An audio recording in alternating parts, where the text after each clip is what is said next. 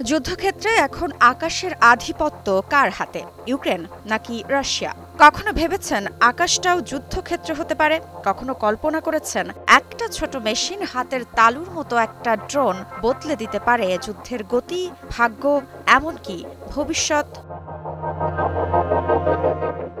একসময় ইউক্রেনের আকাশ ছিল তাদেরই দখলে। কিছুদিন আগেও ইউক্রেনের সৈন্যরা ছিল প্রযুক্তির যোদ্ধা। তাদের বাবা ইয়াগা রাতের অন্ধকারে রুশ ঘাঁটিতে বজ্রপাতের মতো হামলা চালাতো। রাশিয়ার সৈন্যদের ছিল ভয়, রাত মানেই বাবা ইয়াগা নামের ড্রোন ডাইনির আগমন।